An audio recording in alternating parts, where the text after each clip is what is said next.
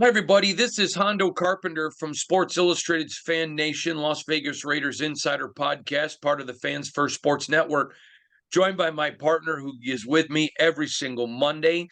I cannot believe this. It's been pretty near 14 years. 13 years because Yeah. Rutgers entered the Big Ten in 2012. So I guess 11 years, almost 12. My buddy, my friend, he's the editor and publisher of the Spun.com, one of the absolute best websites for all of sports. I explained it to somebody like this. It's my grandmother used to make a stew, and it was everything that was left in the refrigerator from the week almost went into this stew. And the reason I read the Spun every day is I'm so focused in on football that it gives me all the trending news in any sports. And I like it. It's a quick hit. I know, and I get to keep up on it. So I appreciate the Spun, and I appreciate Matt, but I more appreciate his friendship. Good to have you again, buddy. Always a pleasure, Hondo. I'm always grateful to be on with you every week, and I can't believe it's been going on for well over a decade now. Yeah, almost 12 years. I mean, because they came in 2012. Just all right. I'm not even going to go there because you're getting younger. I'm getting older, brother. Although I'm 53 now and I have a newborn baby. So go figure It's that one true. out. That is true. God bless Dexter. All right, Matt, I want to lay a little groundwork because we're growing exponentially. Tens of thousands of people are watching our videos, and I appreciate that. I want everyone to know that I appreciate it. And if you want to know a little bit about what we do, we're professionals. We're not dropping F-bombs. We're not, attacking people. We're keeping it about football. And last week we had some people saying, well, Hondo, you're too optimistic because you like these guys. I mean, I'm a professional, and there have been coaches who I called out who were personal friends. It cost me friendships. I'm not against that. But I just don't do it to flame.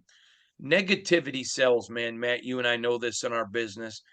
And there is such uh, my job is to tell people the truth and then build a foundation and then hope that over the long haul it's sustainable because people know I may not always like what he says, but I know I can trust him. And when you talk about things, there are some people that just approach life with an absolute negative attitude. If they won the lottery, they're complaining because they got to pay the taxes. And I don't do that. My good friends away from media, of which Matt is one, are that way too. We approach life with a different worldview, a different perspective. I mean, every day that I get up is a blessing. And so I'm not going to approach life negative and mad, but I'm going to give you what we think. Now, in the NFL, there are guys that are superstars, and everyone believes because they play in the NFL that you can have superstar expectations of everyone. First of all, you can't do it. It's why the Jets getting Aaron Rodgers was so stupid. I mean, you got $60 million committed to this guy of your salary cap, and he's a proven guy that, yep, he gets all the statistics, but he's not great in the locker room. You tie up a ton of money. You just can't do that. And last week we talked about building blocks. I thought that was a great podcast. Man, did we get some amazing response from that. And I appreciate everybody that responded. And today we're going to look at players we're not going to talk to rookies or talk about guys in their sophomore campaign. Although we did talk about Dylan Parham last week because he had such a great rookie campaign. Well, we're going to look at a lot of guys who maybe aren't building blocks. Maybe they're older in their career. Maybe they're guys that have been really solid, but haven't made the next step to building block or great. We're going to look at those guys. We're going to analyze those guys. So let's get right started. I got my roster right here because we're going to go through a ton of players and I can't remember them all by memory. But I want to start with Amir Abdullah. This is his 9th year in the league. He's 29 years old out of Nebraska. I covered him a lot when he was in the Big Ten. Matt, this is a guy that understands their system. He's a guy that you know what he's going to do running the ball. You know what he's going to do in pass protection. You know what he's going to do catching. You know everything he's going to do. He's going to be super solid in special teams. I wouldn't call him a building block, but he's a guy that you got to have more of these guys on your roster than superstars and building blocks just because of the way the salary cap works. This is a guy I think the Raiders are better for having on the roster. Your thoughts on Amir Abdullah? Well, I think that when you look at the Raiders at running back, obviously they have, although he's they're still working out the contract details with him. They have Josh Jacobs, who's one of the best in the league at that position. So behind him, when you have that luxury, you're looking to fill specific roles behind that player. And I think that's what Amir Abdullah does. Like you said, he's been around the league, um, was a star in college, never developed into that or had the opportunity to be that at this level, at the NFL level. But like we said, when you're in the league for 8, 9 years, that shows that you can be counted on. There's a reason why teams keep bringing you back. Even if you're bouncing around the league, there's a reason why you continue to find employment. I think he's one of those guys. You know what you said. You know what to expect from him when he's in the game running the ball. He can handle pass protection. He gives you an element in the passing game. And I think those are the type of role players, veteran role players that can go a long way throughout the season because you never know when you're going to need one of those guys to step up. Right. Next, I want to say this before I get into the next guy. The Raider Nation, there is a lot of anger, angst towards the Raiders' offensive line. And I understand that they have not been perfect in everything, but they did block for the NFL's leading rusher last year. I mean, clearly in pass protection, but I think there were also some issues, with Derek Carr that contributed to that. I'm not trying to pretend like the offensive line was great, but their offensive line was not the biggest issue. The Raiders scored points last year. The problem was the defense.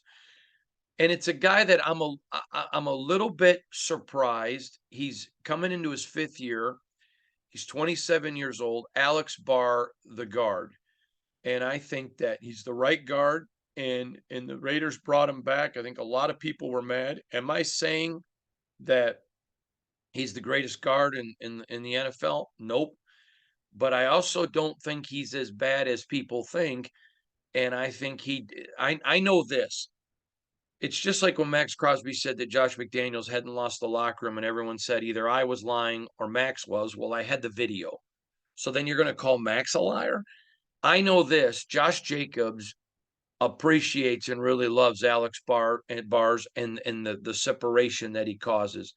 Am I saying he's a lock to start? No, I think he's going to be. They're going to compete, but on the roster they have right now, he's a starter. I think he does a very good job. I think he is what did you just call role player? Mm-hmm. But I don't think he's as bad as people think he is. Let's talk about Alex Barr. When you you look at the offensive line, besides obviously overall talent, the most important thing you need is cohesion, and you need some type of continuity between the guys on that group. So for me, when you like you said, you have your Colton Miller and your Dylan Parham that you feel are, locked in guys now and for the future. What do you do at those other three spots? And like you said, without a doubt, there were some issues up front with the Raiders last year on the offensive line. But you may not be in a position where you're going to be able to kind of just reinvent yourself on a line in one off season. But Raiders, obviously, what they felt was we go another year with this group, uh, another year working together, another year under our system, they'll be better. So I think that's what they're hoping for Alex Bars and some other guys in that unit. That another year within the system, another year knowing what they can and can't do well, um, allows that unit to perform better than it did in 2022. So I think that's what you're kind of looking at. You're looking at, like you said, a guy that's a role player, a guy that understands what you're going to ask of him, and they're hoping that he can kind of take another step forward, and the group can take another step forward this fall. And a lot of people will say, well, why don't you go sign somebody better or go draft somebody better? Well, maybe there wasn't somebody better in the draft, or maybe at the time that they drafted, there was a bigger need and a player to address it. Another one is, I mean, NFL players aren't on a tree. You can't just go pick one like you can an orange. And so sometimes, you got to look and say, okay, is drafting this guy, is he better than what I have? Or can I go get him and develop him, but he's cheaper, so it helps me in the salary cap? Or people say, what about going to get this guy? Well, okay, that's good, but then how does that impact salary cap? There's so much. This is why role players are so vital in the National Football League. Next, I'm going to talk about a guy that Raider Nation probably won't know his name. It's Jacob Bobenmoyer, the new long snapper. They let Trent Sieg go, and that did not go over well in their locker room. And I've had a lot of people say, well, that was A.J. Cole and Daniel Carlson, who are, in my opinion, the best kicker and punter combination in the NFL. We talked about them last week as building blocks, and it was more than them. There was a lot of people that were very upset with the loss of Trent Sieg, but they go get the special team coordinator's guy. And so when you look at role players, and nobody talks about long snappers, but the problem is if you're not talking about them, it's because they're doing their job. But he's clearly an important role player. Yeah, and I'm just checking. Was he from New England? Was he a guy that they got from New England? Or was he a guy they got from elsewhere? I know they signed someone from elsewhere. I'll be honest, I'm not as familiar I with think he came from Denver. I may be Denver. Okay, wrong, but yes, okay. yeah, I You're think right. He but did come. he's from Northern Colorado. Yes, he did come from Denver. Excuse me. And again, like you said, somebody with a familiarity with the special teams coordinator, somebody that they trust. You have to trust your long snapper implicitly, because, like you said, the only time you're ever really talking about them is if they screw up, or you have a massive need there because there's been issues. So, you know, it takes a while typically to build that kind of trust between a punter and holder and kicker and the long snapper, and kind of work at that. But they wouldn't be bringing this guy in if they didn't feel that he was capable. So, to me, if it says that they have a belief in him, they believe in Jacob, and I think that it's worth trusting the coaching staff with that, especially when the coordinator himself kind of makes it his pet project or his guy to come in and help. Agreed. Then you come to a guy, Brandon Bolden, Mm-hmm. running back, his 11th year, 33 years old. This is a guy, knows the system, does the system. I mean, he's really that second running back behind Josh Jacobs. And I mean, this guy, I know he's long in the tooth, but man, he does his role. There's no drama. He's great in the locker room. At some point with that age, you have to think, okay, I mean, how long is he going to, keep going? But he definitely fills that role. He's not over expensive. Is he a guy I think that could possibly not make the roster?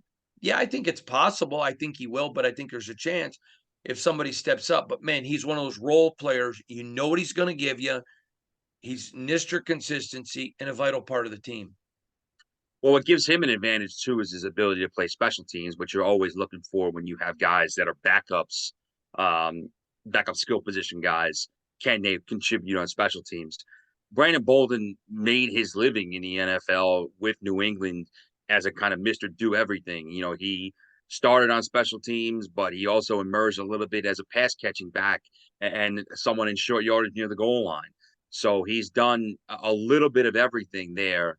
And I think that trust and that kind of competency that he has to be able to contribute in multiple facets makes him. It's a reason why he's stayed in the league as long as he has. It's a reason why Josh McDaniels wanted him after having him for so long in New England.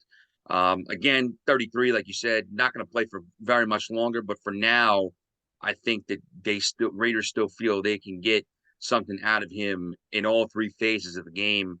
Well, not defense, but offensively, running the football, catching the football, and on special teams to have an impact and help that roster. Then you come to a wide receiver, 7th year in the league, 30 years old, Keenan Cole. And to me, this is a guy that exactly what you get with Keenan Cole. He's not going to be your number one. He's not going to be your number two. Quite frankly, I think he battles for the 5-4-3 guy, 3 being his ceiling, 5 being the floor. But he's a guy that he's going to run his routes right. He's precise. You know that he's going to be able to jump in on special teams. You know everything that the guy can and will do.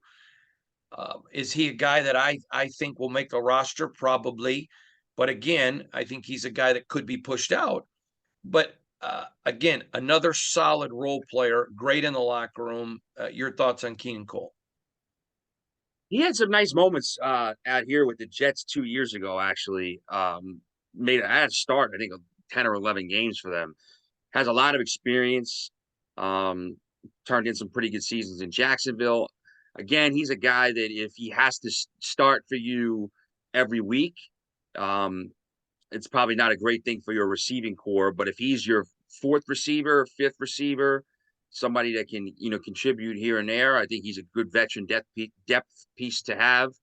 I think when you look at the Raiders roster, obviously their 1-2 are set in Devontae Adams and Jakobi Meyers.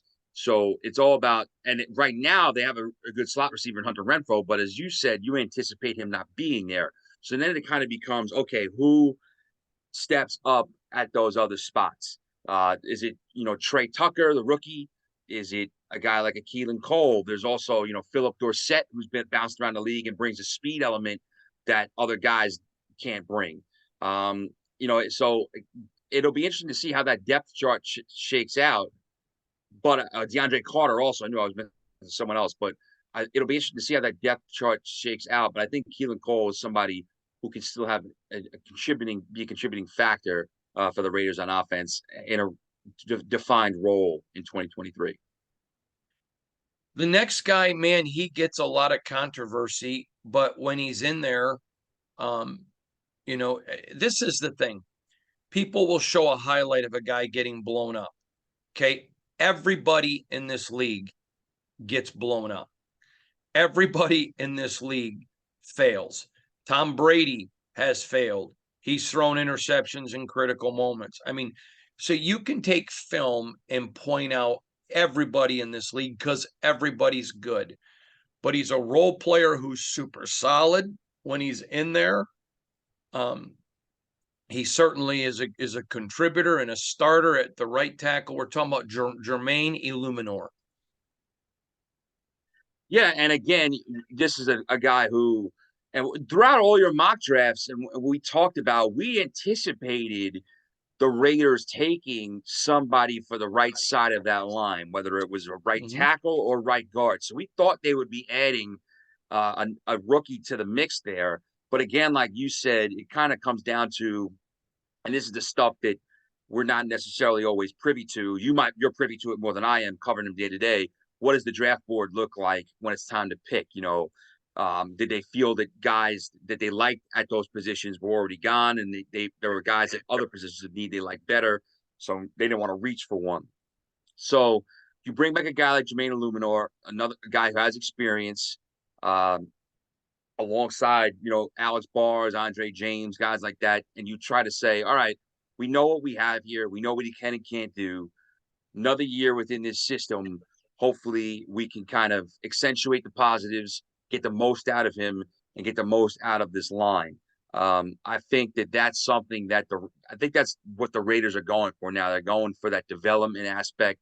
They're going for that continuity aspect of another year of everybody kind of working together as a unit, helping the line take another step forward. And Jermaine Aleman is a guy who's played in a lot of games, has a lot of experience. So I think they're feeling that they can count on him at a reasonable enough level this year. And the point is what they're paying him and the trust value they have in him clearly tells you, again, you're not going to, I mean, guys can still be cut. I still expect there to be trades. I'm not saying that his job is 100% safe, but man, I don't think I think everybody thinks you got to fill out this isn't the NBA, go get 5 stars. Mm-hmm. You can have your stars, but you got to have your role players. Next is a guy that I think next year we could be talking about as a building block. Marcus Epps. He's 27 years old. He's a safety. He's a fifth year in the league. This is a guy that's done a lot of production. They go and get him.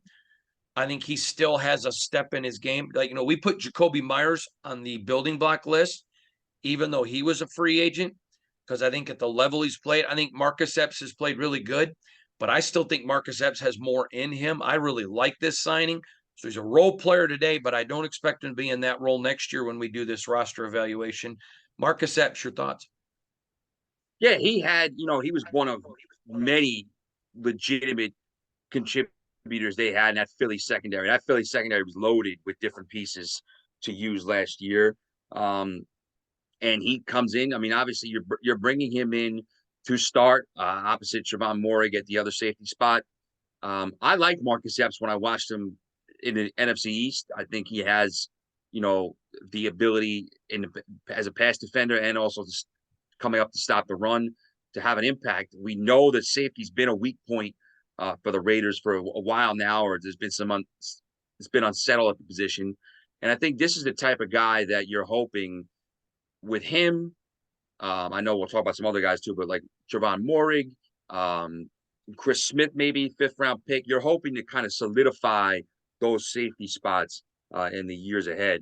And I think that I offhand, I'm not sure how many years he signed for Marcus Epps. I think it was it 3? Auto I think. three, yeah. Yeah. So they're thinking that he could be part of this team and be part of this unit for more than just 2023. He's not a renter. Next guy is a corner that used to be here and played at a super high level when he was. He's entering his sixth year. He's 28 years old. Brandon Faison. I like this guy. I think he's a building block. The reason I have him in the role player mode is they let him go when they first got here, which at the time I was very critical of.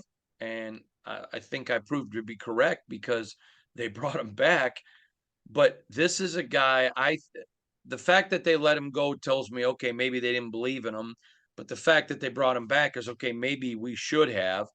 I expect him to be in the building block mode next year, like Marcus Epps, and we talk. But this is Brandon Faison. I like his game. I like a lot about him. He's still young. Your thoughts?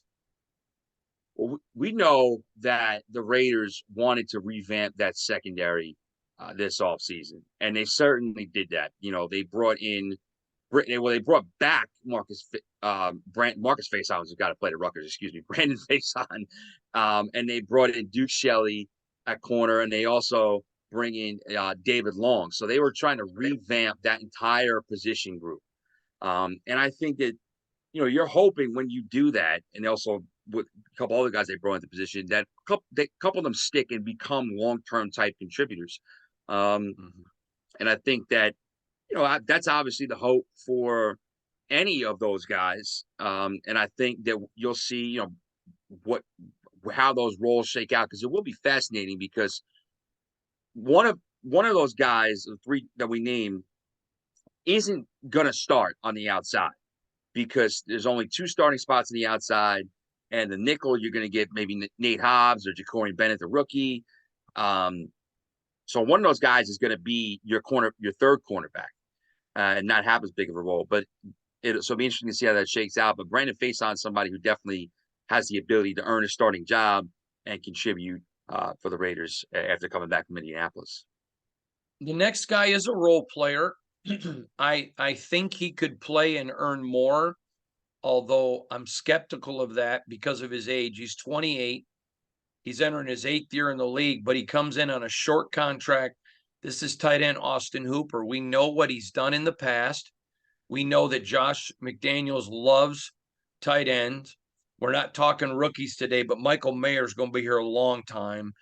So again, he's a role player. I think if he plays well in 2023, he could get, an extended deal, a 2 or 3 year deal. But with his age and being new, and the fact that they only gave him a 1 year deal, I'm definitely consider him a role player, Austin Hooper. I like that signing. I thought obviously they moved on from Darren Wallace. Now you're saying, and Foster Morrow's gone, so you're like, okay, we really need to totally rebuild that position. So what they did was they go out and get 2 vets in Hooper and OJ Howard. They draft Michael Mayer, and now you kind of have an interesting combination of guys at the tight end spot. Austin Hooper's a guy who's played a lot of football in the NFL. He's had some successful years with some subpar quarterbacks at his previous stop. So it's not like, you're worried about a guy who he needs to be with the best of the best to contribute. Josh McDaniels is going to utilize his tight ends. There's going to be formations where there's two of them on the field at once. Um, Michael Mayer, they're expecting him to contribute from day one, but they need one of those other two vets to step up. And given OJ Howard's injury history, I think he's more of a complementary piece at this time. So I think the potential is there for Austin Hooper to have a nice, solid, under the radar year. He's a guy that's not really talked about among the top tight ends, but I think he still has the potential to have a nice season for the Raiders in 2023, which would, like you mentioned, make things interesting for what do they do with him after that? Do you keep him around to kind of keep your tight end unit intact if he has a good year, or do you let him walk and he looks for one last payday in free agency? But I think he could be successful. Yeah, I'm going to tell you right now, in a few weeks, we're going to be doing a podcast talking about Raiders to watch, guys who could take, the net could really surprise some people. And he's going to be one name. I think he's going to have a really good year. And I agree with your analysis there. Next, I want to talk about OJ Howard. Again, this is a guy that has all of the tools to be great, but just cannot stay healthy. And obviously, the contract reflects that. If this is a guy that, and we say the same thing about Jimmy Garoppolo, if this guy can stay healthy, I mean, he has all the tools to be an all pro, but just cannot stay healthy. Again, a role player because of his injury history. You know what? You put him in spots and hope you can keep him healthy. But a guy I don't see as a building block. I don't see the ability to be a building block. He's 8 years in, and we already know about the history. But I think, man, this is a guy that could do a lot if you could, you would, you should, you. But your thoughts on OJ Howard? Yeah, coming out of Alabama, first round pick of the Bucks, I thought that he had a really bright future and could maybe challenge to be one of the better tight ends in the league after a couple of years. Didn't happen for him in Tampa, kept getting hurt. They brought in, they had Cam Brate. They brought in Rob Gronkowski with Brady. So he just kind of injuries and other guys passed him up. And now he's kind of become a little bit of a journeyman bouncing around the league. But there's still that potential there when he is on the field, when he is healthy, to have an impact. So that's why teams like the Raiders, the Bills before them, bring him in or are willing to take a look at him and what he can contribute. I think he's a guy that you're not, like you said, you're not aiming on him being a multi-year guy or being someone you particularly count on for a lot of production. But I think you could use him strategically in certain packages, certain areas of the field, certain situations where if he's out there, he can have a positive impact for you and he can make a little bit of a difference. But he's just not at this juncture in his career. He's a guy that's just kind of looking to keep finding work and keep helping teams as opposed to somebody you entrust with your tight end position. Right. Next guy is fifth year in the league. He's been a Raider product from day one, starting center. He's, a guy that's 26 years old. This is Andre James. This is another guy that Raider fans really go after. And I understand that you can watch film and see there are things that he can improve on. But not everyone is going to be a superstar. This is not a league where you can go spend all the money that you want. It's not baseball. And, they got him to a long-term deal that was very favorable to the team.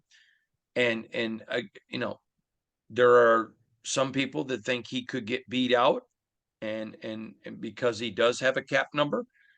But this is a guy that, certainly is a role player that I think could take the next step. You can never question his effort. You can certainly find on film where he's gotten beaten. Nobody's saying that he's Mike Webster. Boy, does that tell you my age. But he is a guy that's a solid role player. They could move Dylan Parham to center.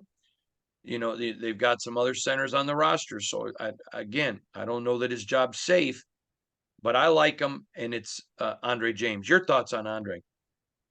Well, he had the tough task of replacing a legitimate borderline Hall of Fame guy in Rodney Hudson. So Absolutely. when the Raider fans, when you are used to a Rodney Hudson, the next guy, if he's not up to par, it can be very tough for that player. It's been tough for Andre James. I mean, he started 32 games in the last 2 years, so he's pretty durable. And again, he has that experience. Listen, like you said, if he really struggles, this is his last year of a 3-year deal.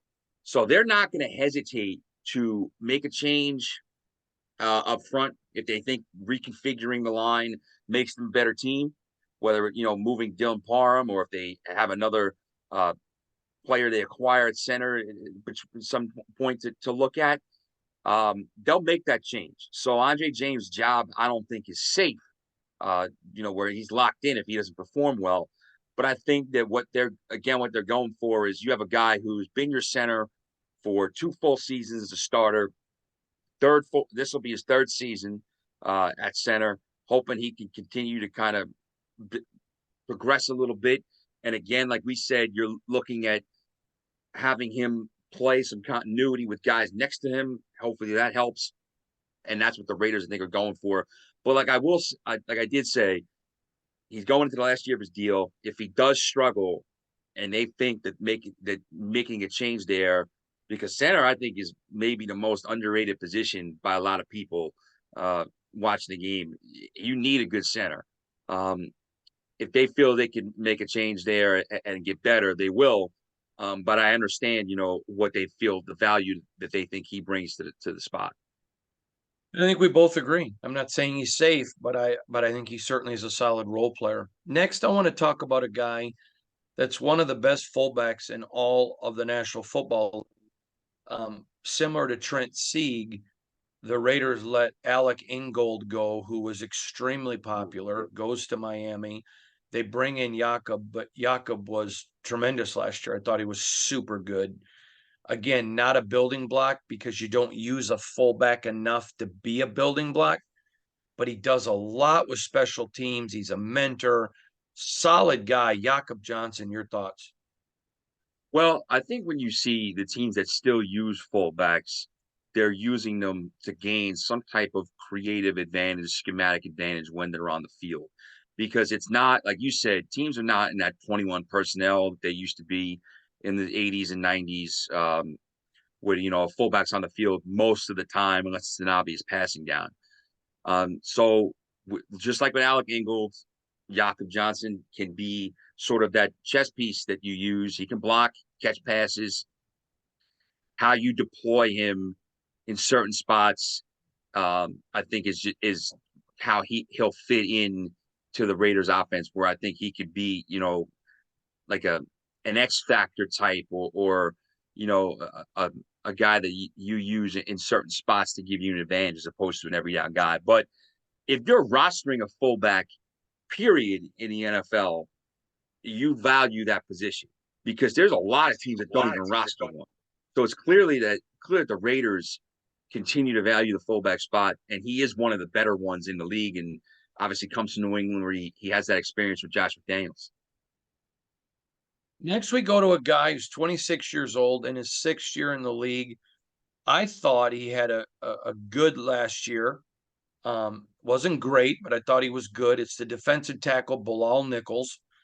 He's a guy that does a lot. Clearly, the Raiders aren't happy at defensive tackle. They Right. they went out and got 2 of them again this year. But I think he's a guy, again, a role player. I think when that he does some things really well. I think there is improvement that he can bring. But again, I think Bilal Nichols is that guy. We're talking about role players today. He certainly is a role player. And right now he's penciled into the starting lineup. Again, like you said, they did go out and they got Byron Young in the 3rd round and Nestor Jade Silvera in the 7th. So they're looking to kind of move their bring in some more pieces at that defensive tackle spot. And we know that they were not happy with the way that they stopped the run in 2022. So there's those guys in the middle, him and Jerry Tillery, they do need to step up their game. But they're banking on another year in the system helping out Bilal Nichols. He played 17 games last year. He started every one, 44 tackles. So he's a guy that you can rely to be out there every week in and week out. And that's the first place to start. So I think that, they're hoping that he can be that solid piece to lead the way up front and of what they hope is an improved run defense for the Raiders. Because we know they can rush the passer. We know they'll be able to do that. But can they stop the run better than they did in 2022? Next is a guy that I think a lot of Raiders fans are going to be surprised when I remind them he's on the roster. It's Brandon Parker, the big offensive tackle, who, when healthy, plays extremely well. I mean, he does a lot well. Not saying he's perfect, not saying he's Colton Miller. We're Mm-hmm. talking about role players, but he does play really well when he's healthy. Was non-existent last year, obviously injured. But this is a guy that's still there because they still think he could be a piece. And I think when a lot of people are really angry at the Raiders that they didn't do more with the offensive line, but I think they knew, okay, we're going to go get some guys, and we still have Brandon Parker coming back. Again, not a guy that, because of injury, that gets into a lot of conversation, but when he's healthy, he certainly performs at a good level. What are your thoughts on Brandon Parker? Well, it's kind of crazy when you think about it. He was a third round pick. Now he's in his sixth year in the league. He's been around for a while. They've had him since 2018. Obviously, he's not a guy that you can really count on to be a starter or to play a big role because of that injury history and some of the issues he's had. But again, it's a depth piece. When you're looking at guys that have depth, when you're looking at guys for your roster depth, you're looking for guys. Okay, do they have experience? Do they know the system? Can we count on them? Obviously they feel like there's something there that they can count on, or that there's something that they can tap into with him, um, that hasn't been tapped into yet, that they're keeping him around. When you consider all of the injury issues that he's sort of had and all the other problems, but they got him, but they still have him in the fold. He started over 30 games for them, started 13 in 2021. So they still believe that he could be a contributor. And I think that's why he's out there now, even though, he missed all of last season. Interesting stuff there. Okay, I want to talk to you about a guy that he just makes plays. And man, he makes some mistakes too. But on a team that has very few playmakers, and that's why you saw them in this draft looking for playmakers in the defensive backfield. Amik Robertson, Mm-hmm. this is a guy you root for as a person. He's a great kid. I wish you knew him, Matt. He's a great kid. But he does make some great plays, and then there are some times when you're like, what is he thinking? That's why I have him at that role player status yet. If he could just get rid of some of those what is he thinking plays, I think he could move into a building block. But it's Amik Robertson, the corner. Again, this kind of talks about what we touched on with Brandon Faison, is that they are looking to revamp that cornerback spot and just kind of see what comes out, and how it shakes out. They brought in three new guys in free agency. They draft Jacorian Bennett. Amik Robertson's still there. Nate Hobbs still there.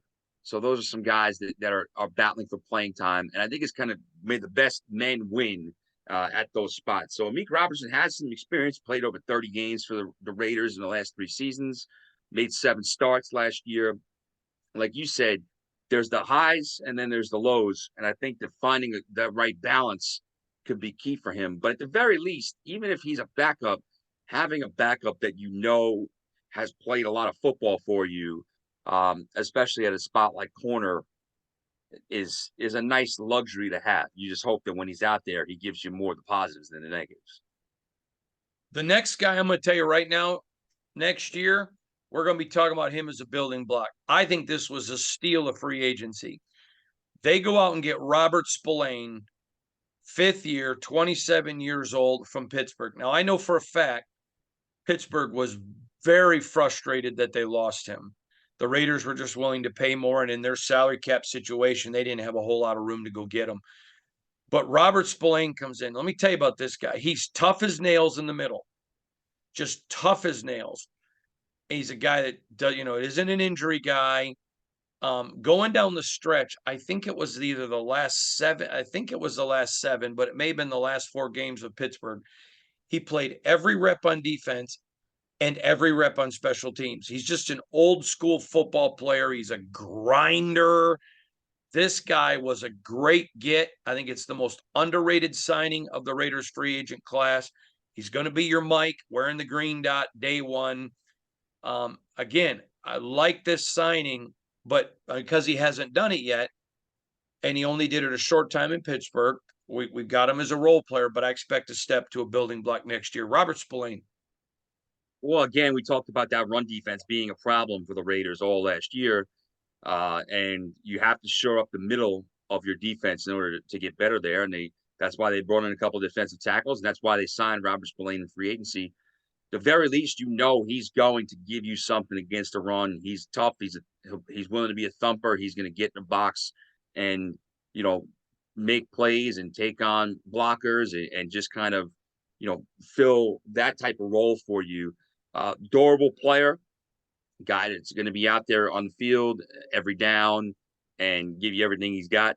Do I think he is a star inside linebacker, middle linebacker in the NFL? No, but I do think you're going to get production there. And that linebacker has been a spot where, the Raiders have had a lot of turnover over the last couple of years. So you're looking for something in terms of him in the middle of that defense, along with Divine Diablo, kind of giving you some continuity, some stability now and beyond 2023. Yeah, and then and again with Spillane, I don't think anyone's saying he's going to be Mike Singletary, but I think he has a chance of being a building block guy, just that guy. Reminds me a lot of Chris Spielman. Remember the Mike linebacker that the Lions had? Just reminds me a lot of him. All right, I want to go to another guy, Roderick Temer, a safety. This is a guy that you look at. He's in year 4, so clearly he's around. He's around because they believe in him. The guy will make plays, but again, it seems like a lot of these guys that keeps him from being from a building block in it instead as a role player is either injury or consistency. And I just think this is a guy that, man, there'll be times he makes plays and you're like, I remember one play in particular last year watching him make, and I just kind of turned to the person next to me and I went, wow. He'll do those plays and then disappear. Their consistency and injury are what keeps guys from moving to the next level of a building block. But Roderick Temer, let's talk about him. Well, at the very least, he's giving you a lot of special teams contributions. He played 60% of the special team snaps last year. He was, somebody that they've relied on the last 2 or 3 years to contribute on specials. So, again, if you've got a guy who's a part-time player or a backup in the secondary, can they contribute on specials? He can. It's another reason why he keeps finding a job and sticking on their roster. How much will they count on him on the defensive side of the ball? You look at when he came into the league in 2019, he was, when he was healthy and on the field, he was a starting safety. He played almost every down. And then after missing the 2020 season, 2021, he comes back and he's a role player. He's playing basically, one out of every 3 or 4 defensive snaps. So, they're reduced his role. How much does he fit in with some of the new personnel they brought in at safety and what he can do? That remains to be seen. At the very least, he's going to be a reliable special teams player. And I think we'll go from there and see, what he brings on the defensive side of the ball. The last one we're going to talk about today. Now, we didn't talk about anybody on the roster for this is their 3rd season or less. We didn't get into Nate Hobbs. We're not going to get into Trayvon Moore. We're going to talk about those guys next week. But the last guy that I want to talk to you about is Jerry Tillery. Now, Hmm. everyone knows about this guy, fifth year, 26 years old. I mean, guy that has every God given tool to be an all pro. But you'll see him make awesome plays. Then you see him where he just gets boneheaded penalties that just make no sense. I said this with Foster Moreau when he was part of the team. He'll make great plays and then have drops or mistakes that negate his good plays. Last year, Jerry Tillery gets a big penalty in a really bad moment. But when you bring Jerry Tillery in, sometimes there are some mental lapses where maybe he's not locked in or makes a mistake. This is a guy that has all the tools to be great, but consistency is not there on a regular basis. Your thoughts on Jerry Tillery? And I like him, but it's I not think about liking people personally. right, and I think that you just look at his draft status as a first round pick and the fact that the Chargers, even with his having a fifth year option, were willing to let him go midway through his fourth year. I can't remember if they turned the option down or not, but either way, they let him walk during the middle of his fourth season, rather when he wasn't starting anymore, rather than let him fill out the rest of the year for a team that was in the playoffs. So I think that's what you're seeing with some of the consistency issues, some of the concentration issues, other things he's had. Talent's there. I mean, it's been there since he was at Notre Dame. He was a stud in college, first round pick for a reason. Um, didn't started played in 8 games, started 4 for the Raiders. Didn't get to see a ton of production, no sacks, only I think 10 tackles or something like that. But there is an ability to tap into more there. He had I think 10 sacks as a member of the Chargers in 3.5 years. Can give you a little interior pass rush. So there is something there. There's talent there that you can tap into and get more production. It's just where's he at from a mental standpoint? Where's he at from a concentration standpoint? Where's he at from a dedication standpoint to what he's going to be able to give you on the field? How does that translate? Totally agree. All right, next week we're going to get into the 3-year guys, the 2-year guys, a little bit on the rookies, but the point is we looked at some role player guys. To be in this role, you're either new like a Marcus Epps, or you're a person that has consistency or health issues. And again, that's how you get in the role player list. But for fans watching, to be a successful franchise in the National Football League, you're not going to have a whole roster full of superstars unless you just draft great and there's a bunch of young players. And again, the Raiders prior to Josh McDaniels and Dave Ziegler being here didn't do that. They didn't draft well. So you're going to see a lot of role players. I think you're going to see a lot of this year's rookie class, though, step up and become guys that are building blocks. But it's fascinating times in Raider Nation. Again, we have much more next week with Matt Halati. But Matt, this has been fun doing this expansive look at the draft, and at the roster. I'm looking forward to doing more next week. Without a doubt, always a pleasure breaking down the silver and black with you. All right, you're the best. That's Matt Halati from the Spun.com. I am Hondo Carpenter from Sports Illustrated's Fan Nation, Las Vegas Raiders Insider Podcast, part of the Fans First Sports Network. We appreciate all of you. Thanks for being with us. Thanks again, Matt. Anytime, no problem.